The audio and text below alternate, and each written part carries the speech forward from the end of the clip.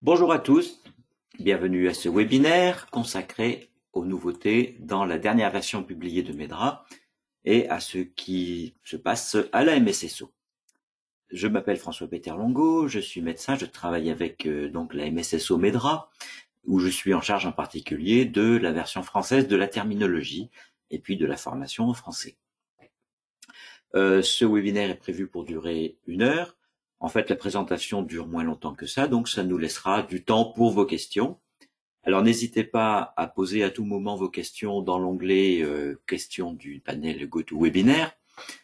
Je m'arrêterai de temps en temps pour y répondre et puis à la fin nous aurons une session de questions-réponses. Ce webinaire va être enregistré, il sera disponible sur le site medra.org et sur notre chaîne YouTube. Vous pouvez également télécharger les diapos de ce webinaire sur l'onglet documents du panel GoToWebinar. Alors je vais couper la caméra pour laisser plus de bande passante au diapo et nous allons commencer donc tout de suite à voir ce qu'il y a de nouveau dans cette nouvelle version de Medra. Alors vous savez que nous avons ce type de webinaire tous les 6 mois, c'est-à-dire à chaque nouvelle version de Medra.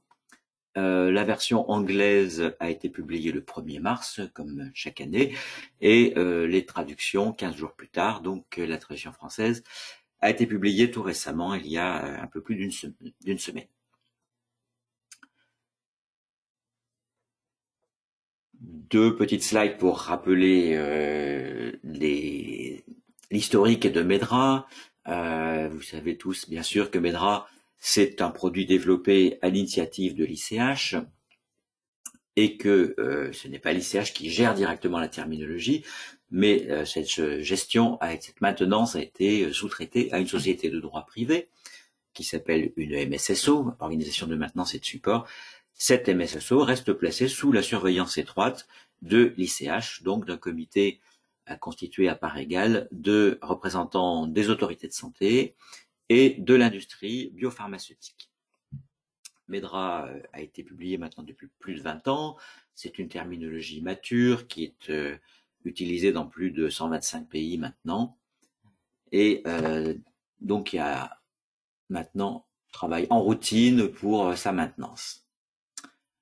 2 mots de copyright, cette présentation, tout comme Medra, appartient à ICH, donc il y a un copyright dessus, ce qui n'empêche pas qu'elle est en licence publique, c'est-à-dire que vous pouvez tout à fait la réutiliser pour vos propres besoins internes, simplement en mentionnant le copyright ICH. Et puis si vous faites des modifications, évidemment, il faut que ces modifications apparaissent comme étant les vôtres et non pas avalisées par ICH. Alors nous allons parler aujourd'hui bien sûr de ce qu'il y a de nouveau dans la version 27 de Medra, résumé des changements, y compris dans les SMQ, les Standardized Medra Queries, c'est-à-dire les questions Medra normalisées.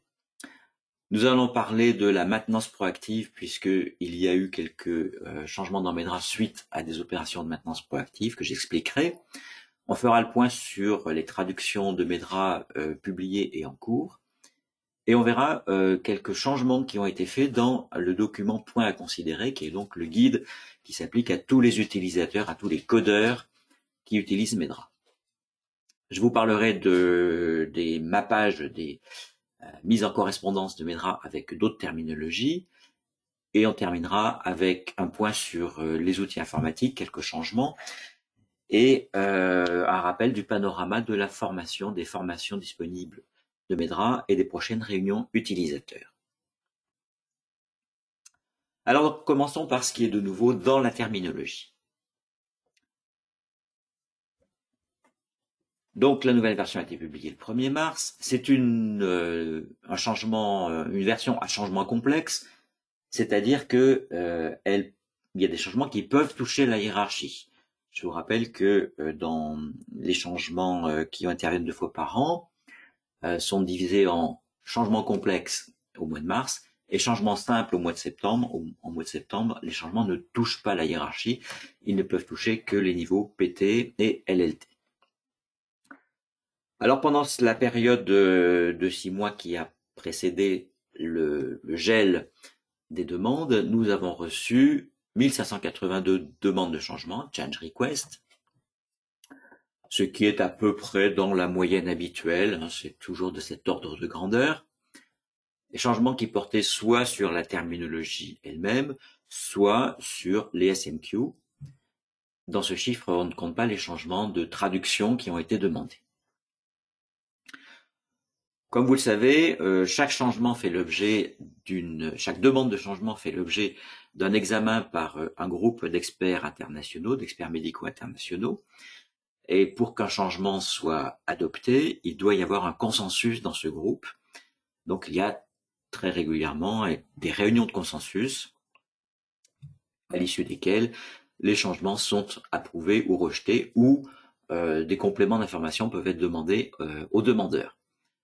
Le bilan de toutes ces demandes effectuées pendant ce semestre, c'est que la grande majorité a été approuvée, donc 1206 changements approuvés, 310 ont été rejetés et une soixantaine ont été mises en attente, c'est-à-dire que elles sont en cours d'enquête plus approfondie, en dialoguant soit avec le demandeur, soit avec des experts du domaine considéré, avant la prise d'une décision.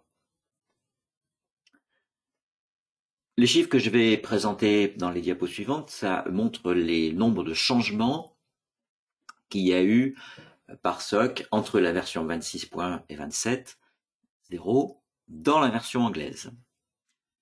Alors, les chiffres peuvent être différents dans la version française, par exemple pour tenir compte des changements de traduction, et puis des changements techniques de termes dont on va parler un peu plus tard et qui sont en assez grand nombre dans cette version.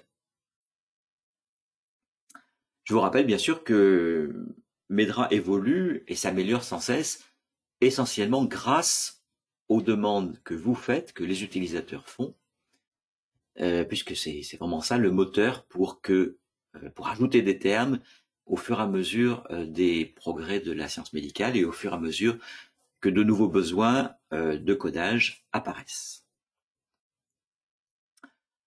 Alors cette slide montre une vue générale pour estimer le nombre de changements qu'il y a eu par SOC.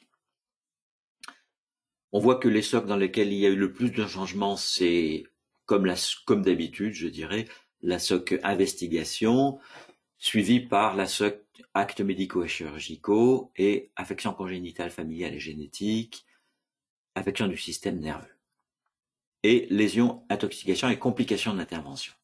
On va voir un petit peu plus en détail la nature de certains de ces changements.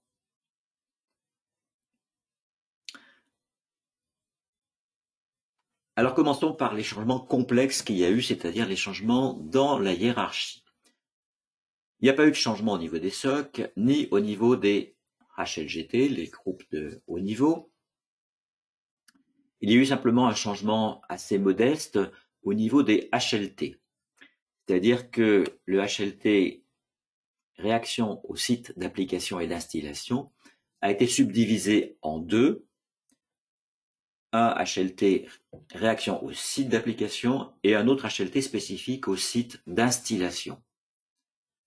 Donc en pratique, ça se traduit par la création d'un nouveau HLT qui est réaction au site d'installation, qui appartient bien sûr à la SOC troubles généraux et anomalies au site d'administration, avec un lien aussi vers la SOC lésions, intoxications et complications d'intervention. Et donc le HLT existant a été renommé en simplement réaction au site d'application, qui appartient au même SOC. Pourquoi ce changement? C'est là encore bien sûr à la suite d'une demande d'utilisateurs de pouvoir, lorsqu'ils font des analyses par groupe, séparer clairement les problèmes rencontrés avec des produits qui sont appliqués, comme des crèmes, des applications locales, et ceux qui sont instillés comme des groupes oculaires. Donc ces utilisateurs ont souhaité que ça ne soit pas mélangé dans le même groupe et donc nous avons accepté cette demande. Ces changements, bien sûr, comme tous les changements, sont décrits dans le document nouveauté dans la version 27 qui arrive, que vous pouvez télécharger, qui fait partie du package de la nouvelle version. Et aussi, dans la page Change Request, vous pouvez chercher dans l'historique, comme vous le savez, et retrouver ces changements et leur rationnel. Je reviens 2 secondes sur cette slide pour parler un peu plus de la SOC où il y a eu le plus de changements, c'est-à-dire la SOC investigation. 196 changements. Alors examinons ça d'un peu plus près maintenant. C'est la SOC qui contient le plus de termes, donc quelque part c'est une logique que ce soit aussi celle où il y a le plus de changements, en particulier parce qu'il y a aussi beaucoup de progrès continus dans les examens paracliniques et puis leurs résultats, puisque chaque fois qu'on rajoute un examen paraclinique dans cette SOC, on rajoute aussi des termes pour qualifier leurs résultats tels que normal, anormal, augmenté, diminué, etc. Alors, ce graphique montre les HLGT dans lesquels on a rajouté des termes, par nombre de termes rajoutés dans chaque HLGT. En fait, on voit que dans la plupart des domaines, des sous-domaines de cette SOC investigation, il y a eu des LLT qui ont été ajoutés, et avec un nombre total de 135.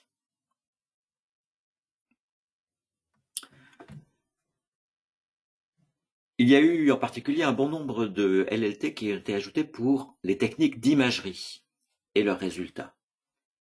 Alors voilà un peu ce que ça donne si on répartit ces nouveaux LLT concernant l'imagerie par HLT.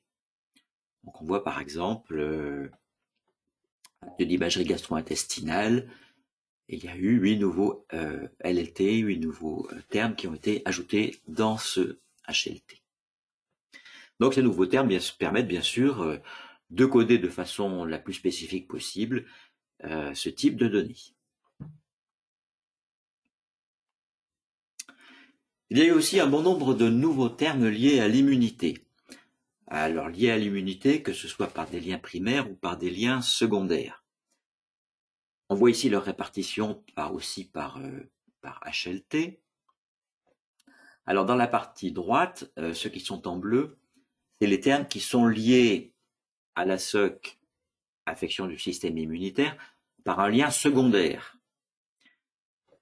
Ça parce que leur SOC primaire, c'est, comme le veut la règle MEDRA, leur site de manifestation. Par exemple, les angioedèmes, ici, il n'y en a qu'un seul. Son site primaire, bien évidemment, c'est plutôt la peau. Donc, son lien primaire, c'est vers la SOC affection de la peau. Et il y a un lien secondaire vers la SOC affection du système immunitaire, puisque c'est une pathologie d'origine immunitaire. Et ceux qui sont en rouge ici, c'est les termes qui ont été ajoutés et qui ont un lien primaire vers la SOC affection du système immunitaire, ou alors un lien primaire vers la SOC investigation ou la SOC actes médico-chirurgicaux, puisque ces deux dernières SOC, comme vous le savez, sont monoaxiales, c'est-à-dire que les termes qui y sont contenus n'ont aucun lien secondaire vers d'autres SOC. Petit rappel de la structure de MEDRA. Donc au total, 53 termes liés à l'immunité ont été rajoutés à cette version.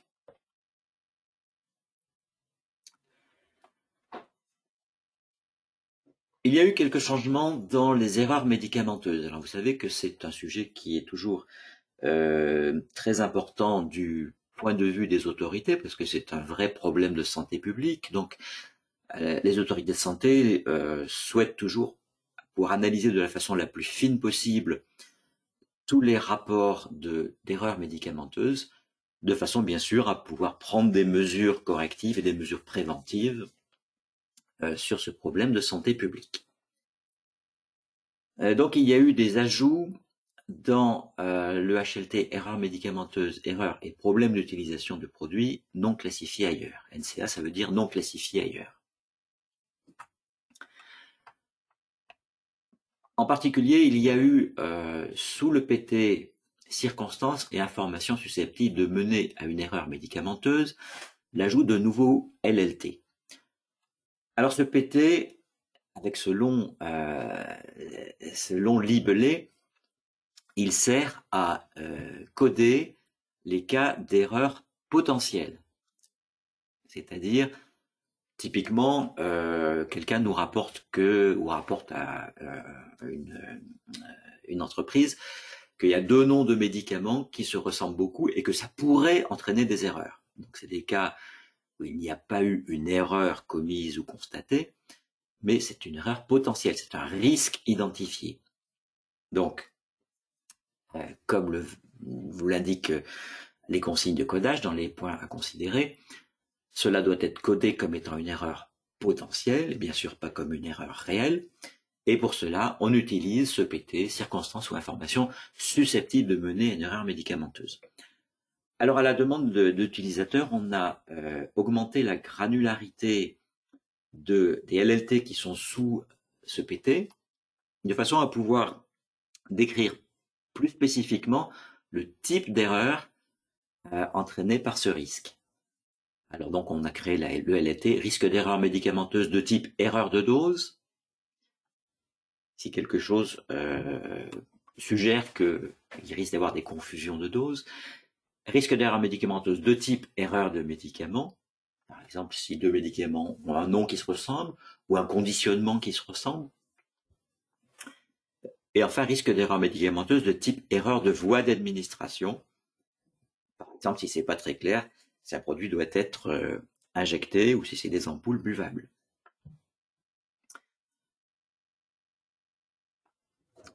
Autre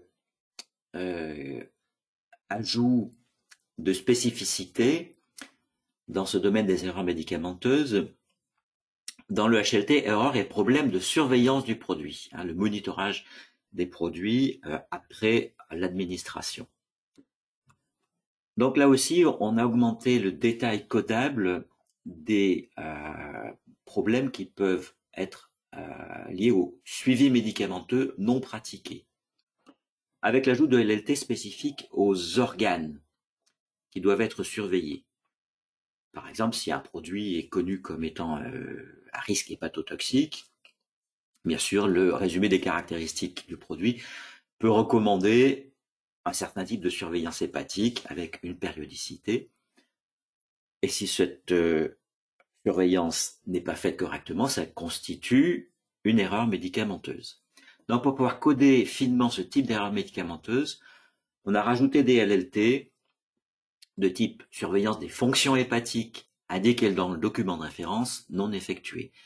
Ou même chose pour les fonctions rénales, les risques hématologiques avec la surveillance sanguine, etc. En fait, on a ajouté les situations les plus importantes concernant la surveillance des divers organes.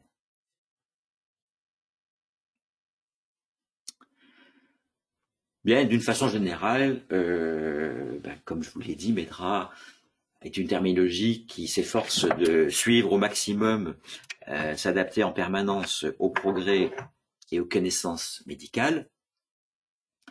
Donc, beaucoup de termes sont ajoutés pour tenir compte des nouveaux types d'examens, des nouveaux types de thérapies, des nouvelles maladies découvertes, etc., etc. C'est ainsi, par exemple, que on a ajouté des termes comme thérapie génique, qui évidemment sont des thérapies qui permettent de plus en plus de résultats thérapeutiques intéressants. L'analyse métagénomique, qui est un concept utilisé un peu dans la recherche de pointe, où on analyse tout un ensemble de génomes d'un ensemble d'organismes présents, par exemple, dans un biotope. Autre exemple, on a rajouté des termes relatifs au chikungunya, concernant à la fois les vaccinations, les tests, etc.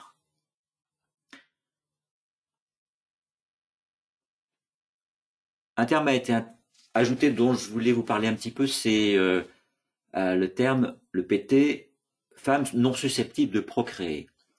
qui était ajouté dans la SOC caractéristiques socio-environnementales.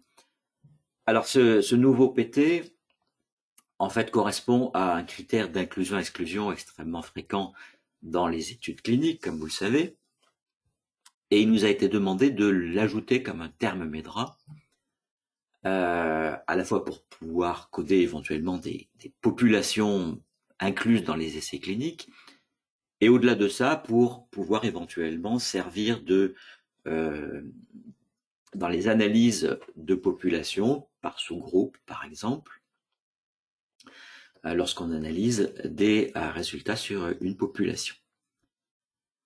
Alors attention, il ne s'agit pas de de femmes qui ont des problèmes d'infertilité, non.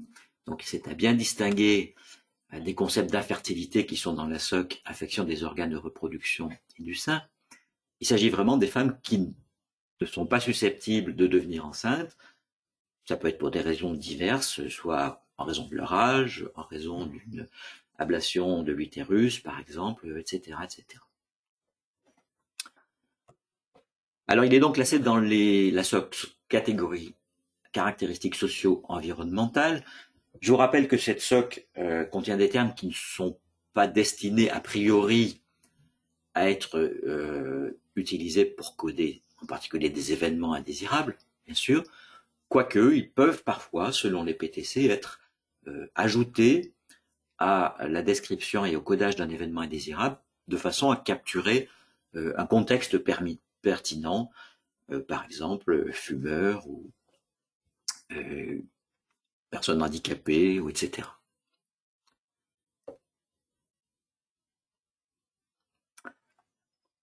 Un nouveau PT qui peut aussi retenir notre attention, c'est immunisation maternelle.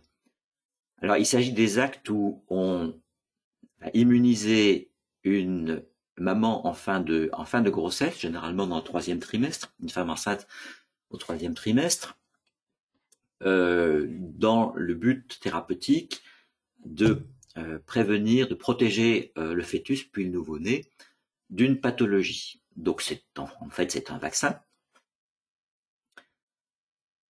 qui a été ajouté dans la SOC monoaxiale, intervention médicale et chirurgicale. Alors attention, ce n'est pas quelque chose qui est relié au HLT, exposition pendant la grossesse, l'accouchement et la lactation. Et en particulier parce que les termes qui sont dans cette SOC intervention médicale sont encore une fois ne sont pas liés à d'autres SOC puisque c'est une SOC monoaxiale. Alors on en reparlera un petit peu quand on va voir les nouveautés dans les PTC, dans les points à considérer. Il y a quelques consignes qui ont été ajoutées justement quand vous recherchez ou que vous codez des termes ou des populations et que vous cherchez des expositions pendant la grossesse. On en reparlera dans un petit moment.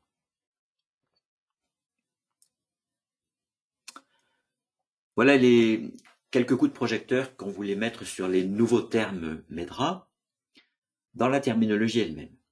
Du côté des SMQ, des questions MEDRA normalisées, pas de changement en termes de nombre de SMQ, pas de nouvelles SMQ. Donc on reste au nombre de 110 SMQ actuellement disponibles au niveau 1. Alors pourquoi on dit au niveau 1? Parce que certaines sont hiérarchiques, donc il y a des sous-SMQ et des sous-SMQ, etc. Donc en réalité, il y a 230 SMQ, questions MEDRA normalisées au total, qui sont à votre disposition pour analyser vos données. Comme chaque fois, lorsqu'on fait une mise à jour de MEDRA, et ça a un impact sur les SMQ existantes, il y a des nouveaux PT qui ont besoin d'être ajoutés aux SMQ existantes, et c'est un travail de maintenance important qui est pris en charge par la MSSO. Il peut y avoir aussi des demandes d'utilisateurs, etc. Si vous avez besoin d'une nouvelle SMQ, je vous rappelle que vous pouvez toujours la demander et la suggérer à la MSSO en nous envoyant un petit mail ou en utilisant l'outil WebCR. Petit rappel, si vous utilisez les SMQ, il est très fortement recommandé de consulter le document guide d'introduction qui existe à la traduction intégrale en français et qui est mis à jour à chaque version. Alors voyons un petit peu les outils qui sont à votre disposition pour analyser tous les changements, pour voir l'impact dans votre base de données et voir le détail des changements. Alors je vous rappelle que à chaque nouvelle version de Medra, dans le package, vous avez un detail report. Ça, c'est dans la version anglaise. C'est un gros document qui détaille chaque changement avec son rationnel. Et dans toutes les versions de chaque langue, vous avez le rapport de version, qui est un document Excel, et qui vous détaille absolument tous les types de changements entre la version précédente et la version nouvelle. Alors là, je vous montre le résumé de la version anglaise. Et voici le résumé de la version française. Voilà, donc, alors c'est un document Excel, je vais d'ailleurs vous le montrer, c'est plus simple. S'il veut bien se mettre là. Voilà, donc nous avons un onglet là qui résume par type de changement, avec des explications sur chaque ligne. Et puis, chacun des types de changements est détaillé dans un onglet à part. Alors, votre œil a peut-être été attiré par ce nombre important ici, changement de terme Medra. 3042 changements de terme Medra dans la version française. Donc, c'est des termes Medra qui n'ont pas changé de numéro, de code, hein, du code numérique, mais où il y a un changement dans le texte. Qu'est-ce qui s'est passé? Ben, en fait, ces changements résultent essentiellement de la détection d'un problème dont on a pris conscience avec le caractère apostrophe. On s'est rendu compte que dans plusieurs langues, dont le français, le caractère apostrophe était représenté d'une façon inconstante dans le terme, parfois avec le caractère apostrophe, le code ASCII 39, et tantôt avec le caractère guillemet simple, code ASCII 146. La différence est très difficile à voir à l'œil nu, mais elle a des conséquences qui peuvent être importantes. Par exemple, lorsqu'on recherche des termes avec le navigateur ou avec un outil quelconque d'exploration de Medra, eh bien on peut rater des termes simplement à cause de ce problème-là, de problème d'apostrophe qui n'était pas constant. Donc il y a eu une grande opération de nettoyage et de mise au point dans tous les langages de Medra pour que l'apostrophe soit absolument toujours représentée par le même caractère, ASCII 39. Et en France, dans la version française, ça a provoqué la mise au point, le changement, la correction de 3032 termes. Voilà un exemple, hein, grosseur aussi d'injection. Vous voyez que l'apostrophe ici n'est pas le même caractère que l'apostrophe ici.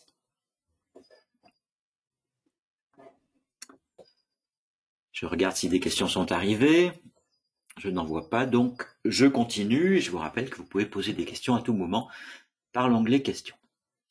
Maintenance proactive, donc vous savez, ce sont des changements qui peuvent être suggérés par les utilisateurs, qui ne sont non plus des changements individuels ou de demande d'ajout de termes ou une modification de termes individuels, mais des révisions plus globales portant par exemple sur la cohérence de la terminologie entre deux domaines par exemple ou entre deux HLT.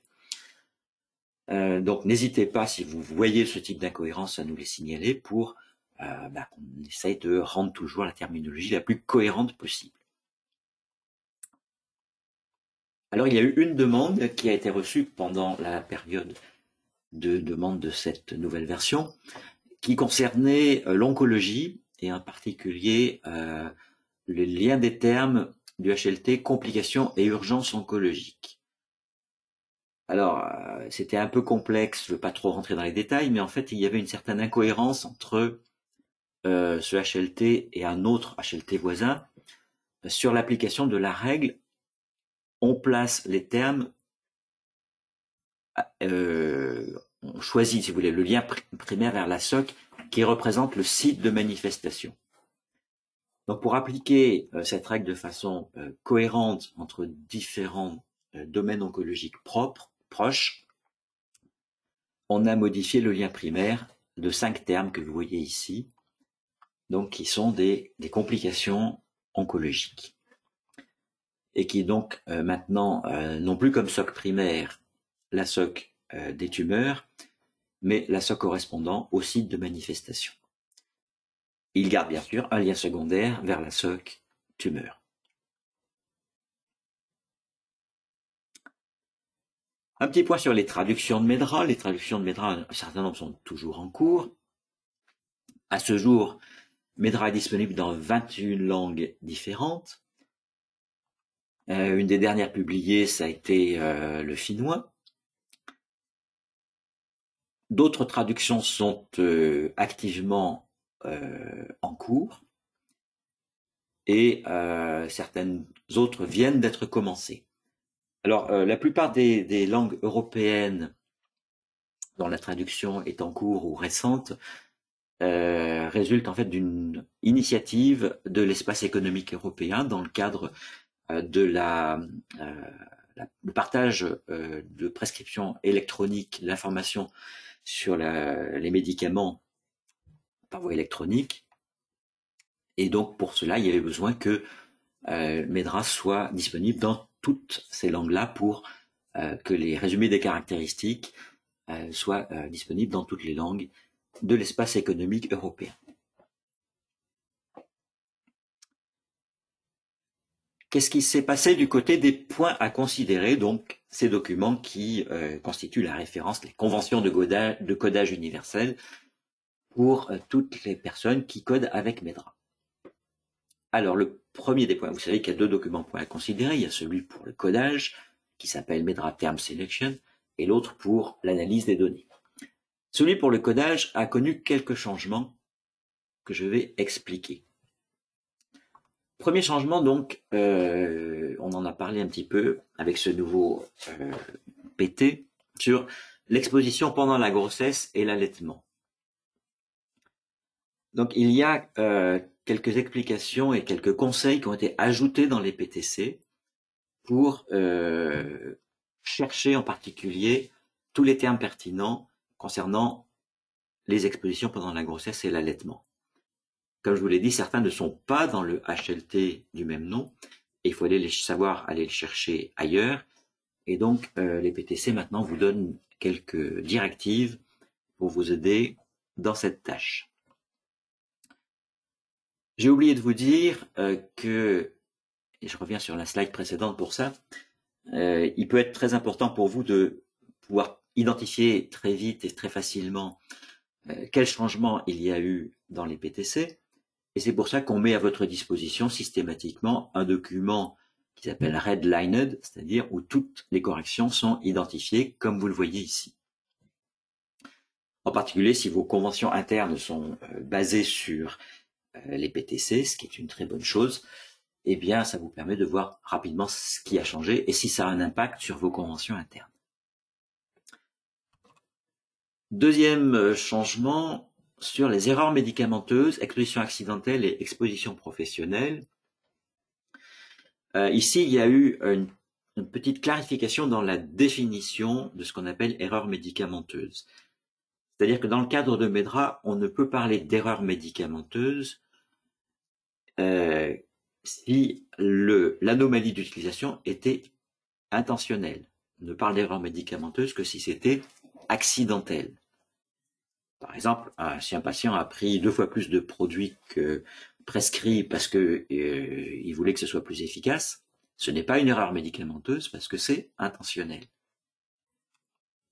Alors dans la définition, vous pouvez lire dans les PTC, on a rajouté le mot intentionnel et on a clarifié ça à divers endroits du texte et des exemples qui ont été aussi enrichis de précisions supplémentaires. Le tableau qui est dans la section 3.16 qui montre un peu qui vous permet de choisir entre les différents concepts, mésusage, abus, addiction, prescription hors AMM, ou qu'on appelle off-label use, etc., il y a eu une petite note ajoutée à ce tableau pour clarifier les choses. C'est assez mineur, ça ne change pas grand-chose.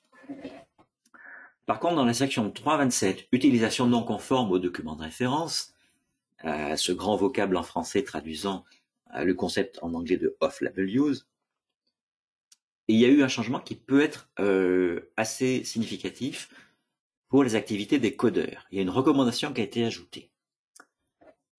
Je vous la lis, si le rapport évoque une possible utilisation non conforme, mais que ce n'est pas explicitement mentionné par le rapporteur, vous savez que vous ne devez pas coder off-label use.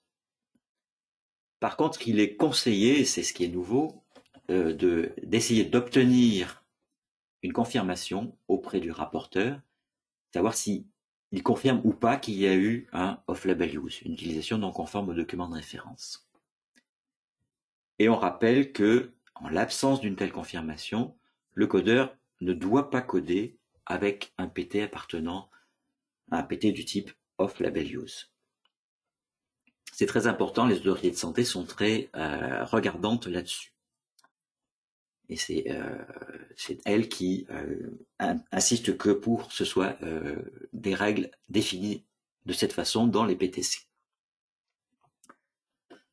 Dans la section 3.28, il y a eu quelques mises à jour qui en fait ne font que refléter ce que je vous ai dit auparavant sur les erreurs médicamenteuses. Et puis à la toute fin de ce document, il y avait, vous vous rappelez peut-être, un document sur des conseils sur le versionning, mais ces conseils figuraient en fait dans deux documents et aussi dans le document bonne pratique. C'est jamais bon d'avoir la même chose dans deux documents, donc il a été enlevé des BPC et remplacé par un simple renvoi vers les bonnes pratiques. Dans l'autre document PTC, aucun changement, juste un changement de version, mais le texte reste identique à la version précédente. Je vous rappelle qu'il y a un troisième document qui est très important, en particulier pour les codeurs, qui s'appelle le document compagnon, qui n'existe qu'en anglais, mais qui contient des aides précieuses sur un certain nombre de domaines, en particulier le codage des erreurs médicamenteuses, des problèmes de qualité de produit. Alors, un nouveau chapitre est en cours de préparation et concerne les problèmes de fabrication et les problèmes de système qualité. Un groupe d'experts ICH travaille là-dessus et on espère prochainement que ce sera un nouveau chapitre dans ce document compagnon. Très rapidement, quelques informations sur les initiatives de mappage, c'est-à-dire de mise en correspondance avec d'autres terminologies. Bon, le mappage avec SNOMED, c'est maintenant dans la routine de maintenance, puisque la première publication a eu lieu en avril 2021. La prochaine mise à jour, puisque la mise à jour est annuelle, ce sera en avril prochain, et elle est basée donc sur la version de septembre pour des raisons de calendrier. Elle est basée sur la version 26.1, la version de septembre 2023, et sur la version de janvier 24 de SNOMED, c'était international. Donc les changements résultent essentiellement des changements dans chacune des deux terminologies. Un petit rappel à propos de l'IMDRF. L'IMDRF, c'est un forum qui s'occupe d'harmoniser les problèmes rapportés sur les dispositifs médicaux. Il existe différentes terminologies qui sont maintenues par cet IMDRF. Et la terminologie qui est afférente aux signes cliniques, symptômes et pathologies a été mappée vers MEDRA depuis un certain temps déjà, en collaboration entre ICH et l'IMDRF. C'est ce qu'on appelle l'annexe E que vous pouvez consulter sur le site IMDRF. En fait, vous trouverez une feuille Excel qui donne la correspondance avec les codes MEDRA. Prochaine mise à jour ce mois-ci. Il existe un mappage de ICD 10 vers MEDRA. ICD, c'est la classification maintenue par l'OMS. En français, on appelle ça la CIM, la CIM, Classification internationale des maladies. Donc, ce mapping est disponible sur le site MEDRA. Il est unidirectionnel, il ne va que de IC10 vers MEDRA. Il est donc aussi maintenu régulièrement en fonction des changements dans la terminologie MEDRA essentiellement, parce que ICD10 lui-même ne bouge plus beaucoup, puisque c'est maintenant l'ICD11 qui fait l'objet des soins de l'OMS. Et donc, vous pouvez télécharger directement depuis le site MEDRA un petit dossier contenant le mappage, les notes de publication et les conventions. Est en cours aussi un projet assez ambitieux de mappage de ICD-11 avec MEDRA. Et là, ce sera un mappage bidirectionnel qui se fait en collaboration entre l'OMS et l'ICH, donc avec la MSSO. Actuellement, on travaille sur un projet pilote qui porte sur un des chapitres d'ICD-11. Et puis, à terme, quand ce sera publié, mais je ne peux pas encore vous donner de date, il y aura évidemment une maintenance mise en place pour que le mappage reste à jour en fonction de l'évolution de chacune des terminologies. Et aussi en fonction des demandes des utilisateurs, puisque vous savez que vous pouvez, comme vous le faites pour des demandes de nouveaux termes, demander des changements dans les mappings avec l'outil MapCR, disponible sur le site. Quelques mots sur les outils informatiques. Pour le moment, je ne vois pas de nouvelles questions, donc je continue. Les outils informatiques qui sont mis à votre disposition. Je parlais justement du WebCR. Donc WebCR, c'est l'outil qui vous permet de faire des change requests, des demandes de changement. Mais il a été relooké, cet outil, son interface utilisateur a été relookée pour être plus agréable et pour être plus en harmonie avec l'interface des autres outils. Je vous rappelle rapidement que cet outil vous permet de demander des changements dans la terminologie. Alors, soit dans la terminologie anglaise, vous pouvez demander l'ajout de nouveaux termes. Vous pouvez demander des changements dans les SMQ et vous pouvez demander des corrections de traduction. Donc, cette nouvelle interface a été mise en prod en novembre 2023. Je vous rappelle ici l'URL. Si vous faites une demande par ce système, il convient de la formuler en anglais. Si vous faites des demandes d'ajout de nouveaux termes ou de modification de termes anglais existants, il vous faudra un mot de passe spécial qui permet de faire ces demandes de changement, puisque ce n'est pas tous les utilisateurs qui ont le droit de faire ces demandes de changement. Dans les entreprises, généralement, c'est concentré dans quelques mains. Ça vous donne un petit aperçu de à quoi ressemble cette nouvelle interface. Donc ça, c'est l'écran d'accueil où il vous faut donc saisir votre identifiant de mot de passe d'entreprise, votre identifiant d'entreprise, et votre mot de passe.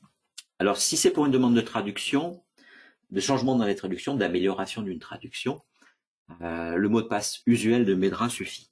Mais si c'est pour une demande d'ajout dans la version anglaise de MEDRA, là, il faut un mot de passe spécial. Et il y a une aide en ligne qui a été rajoutée et un manuel de prise en main pour ceux qui commenceraient avec cet outil. Pour ceux qui sont habitués à cet outil, ne seront pas dépaysés parce que en dehors du changement d'aspect, la logique et les champs sont exactement les mêmes qu'avant. Voilà par exemple un écran pour la demande d'ajout d'un nouveau LLT. Je rappelle, c'est très important pour que votre demande puisse être discutée efficacement par le comité international, de bien argumenter vos raisons, et c'est toujours mieux, si vous pouvez, de joindre une publication scientifique pour appuyer votre demande. Bien, pour terminer, un petit mot de l'offre de formation MEDRA. Alors, vous savez que ça fait partie des missions de la MSSO de proposer à tous les utilisateurs des formations gratuites. qui peuvent passer par 3 modalités, soit des formations présentielles. Alors, on espère pouvoir en monter une en France cette année. Je n'en dis pas plus parce que rien n'est confirmé pour le moment. Bien sûr, il y a toute une offre de webinaires en ligne dans un grand nombre de langues. Pour ce qui concerne le français, il va y avoir un nouveau cycle de formation qui va débuter en mai et donc il va s'étaler sur mai-juin avec des formations au codage, des formations à l'analyse des données. Et puis il y a toute une possibilité, toute une gamme de possibilités d'auto-formation, de e-learning en libre service sur le site Medra ou via la chaîne YouTube, puisque tous les webinaires sont enregistrés, vous pouvez les reconsulter à tout moment. Et il y a de plus en plus de tutoriels qui sont disponibles en anglais et dans d'autres langues, dont le français, sur le site Medra, donc vous pouvez les suivre à votre rythme. Je vous rappelle que pour assister à un webinaire, il faut s'inscrire. Vous avez le lien ici dans la page training du site Medra.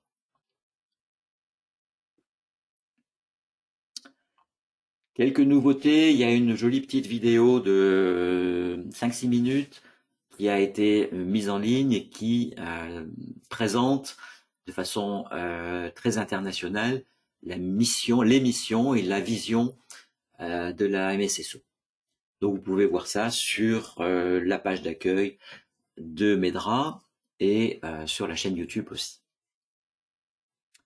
Une nouveauté aussi, c'est qu'on a commencé à faire des formations en portugais du Brésil, puisqu'il y a une communauté importante d'utilisateurs maintenant au Brésil. Pour terminer, quelques mots des réunions d'utilisateurs qui vont avoir lieu dans les prochains mois. Nous aurons bientôt une réunion d'utilisateurs à Amsterdam, le 10 avril, qui sera couplée, comme d'habitude, avec une réunion du groupe utilisateur de Woodrug, qui est le 9 avril. Alors, si vous n'êtes pas inscrit, ben vous pouvez vous inscrire, mais il n'y a plus de place, donc vous serez inscrit sur une liste d'attente. La langue officielle est en anglais. Alors, il n'y aura pas de retransmission sur Internet de cette réunion, mais toutes les présentations sont disponibles ou seront disponibles dans la page User Group du site Medra. Il y a également, mais je pense que ça vous intéressera peut-être moins, une réunion du groupe utilisateur chinois, qui sont généralement suivis par un très grand nombre de personnes. C'est à Pékin. Et puis, la réunion des groupes utilisateurs aux États-Unis qui aura lieu en juin à Bridgewater, pour lequel il reste encore quelques places, moins de 10. Là aussi, il n'y aura pas de retransmission, mais les présentations sont disponibles sur le site à la page User Group. Voilà, j'ai fait le tour de ce qui nous paraissait important de vous communiquer sur les nouveautés avec Medra, version 27, et à la MSSO, et place maintenant aux questions. Alors, je vois que j'en ai reçu quelques-unes. Alors, je vais essayer de les recopier pour que tout le monde les voit. La première question concerne le off-label use, donc on traduit en français par utilisation non conforme aux documents de référence. Voilà. Est-ce que je peux agrandir ça un peu? Voilà. Il est dit en l'absence de confirmation, ne pas supposer ni coder une utilisation non conforme. Comment coder alors si on n'obtient pas de confirmation? Alors c'est une très très bonne question. Et il faut effectivement bien réfléchir pour trouver ça. Alors, en préalable, je dirais qu'il faut bien lire à la fois les PTC et le document compagnon pour trouver la réponse. La réponse, c'est qu'il faut aller chercher un terme qui relate l'utilisation non conforme, éventuellement qui détaille sa nature de l'utilisation, mais qui n'appartient pas au PT utilisation non conforme au document de référence. Je vous rappelle que ce PT utilisation non conforme au document de référence, il ne doit être utilisé que sous plusieurs conditions. D'abord, c'est un professionnel de santé qui a décidé cette utilisation. Deuxièmement, c'était intentionnel, il l'a vraiment fait exprès. Et troisièmement, il faut que ce soit dans un but thérapeutique. Et quatrièmement, on a le droit de le coder ainsi que si c'est formellement dit dans le rapport que ça a été fait en non-conformité ou hors AMM ou indication non couverte par la fiche Vidal ou quelque chose comme ça qui dit explicitement que ce n'est pas ça correspond au concept of label use. Voilà. Donc si vous n'avez pas ces 4 conditions réunies, mais il faut trouver un terme ailleurs dans MEDRA, et il y en a un certain nombre, en particulier qui s'appelle problème de prescription, d'utilisation non conforme au document de référence, ou des choses comme ça, ou indication non couverte par, je ne me rappelle plus le libellé exact, mais l'idée c'est ça, indication non couverte par le document de référence, mais qui n'appartient pas au PT, utilisation non conforme au document de référence. Voilà, merci pour cette bonne question. Alors, la question suivante concerne nos amis canadiens. Je vais vous la copier. Est-ce que c'est possible d'avoir des formations en français au Québec, au Canada? Alors, des formations présentielles, à ma connaissance, ce n'est pas prévu. Bien sûr, nos collègues canadiens peuvent suivre les webinaires en français. Comme c'est l'après-midi, généralement, je pense qu'au point de vue horaire, ça leur fait un peu tôt le matin, mais ça doit être jouable quand même. Mais je vais quand même transmettre cette demande, ou vous pouvez également la transmettre au helpdesk de MEDRA. Et si on sait qu'il y a une demande, on verra ce qu'on peut faire pour y répondre.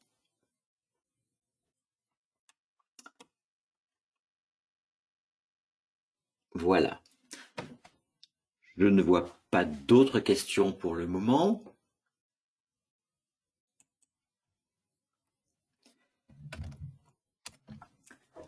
On se donne encore quelques minutes si des questions vous viennent à propos de tout ce qu'on a survolé aujourd'hui.